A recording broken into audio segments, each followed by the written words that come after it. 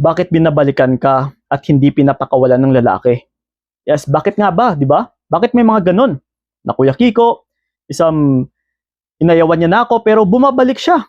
And then kapag ako naman is makahanap ng iba ay hindi siya pumapayag. Hindi niya ako pinapakawalan. Yung ayaw niya talaga akong mawala din totally sa kanya. So bakit?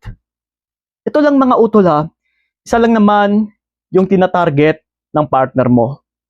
Isa lang kasi yung posisyon mo sa kanya, kumbaga.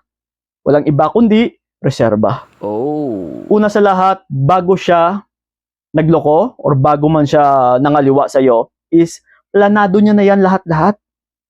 Na pagdating ng panahon, kapag mag-fail man siya, alam niya na ikaw itong tao na patay sa kanya. Oh. Na pwedeng sumalo sa kanya. So that's why matapang siya ngayon. That's why naggagawa niya yung mga bagay na ito na magloko sa'yo. Na mangangaliwa, na wala siyang takot sa'yo dahil una sa lahat, alam niya na may babalikan siya, which is may reserba siya. May spare tire siya na gulong, kumbaga.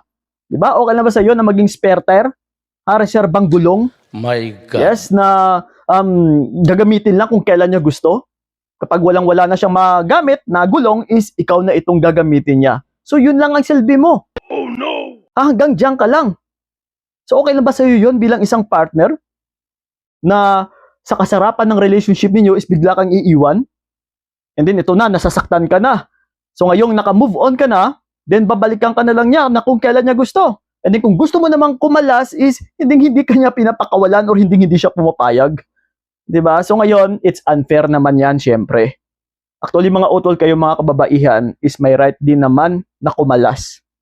May right po kayo talaga. Kapag ayaw nyo talaga sa isang tao, lalong-lalo na kapag emotionally abused na tinotorture na kayo, sinasaktan, yung tipong parang kinukulong na kayo, kinokontrol na kayo, na parang hindi na makatarungan.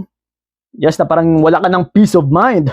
So, syempre, kailangan mo ring respetuhin yung sarili mo. May karapatan ka rin talaga na maging maligaya, tsaka may karapatan ka rin kumalas sa taong hindi ka naman pinapahalagahan.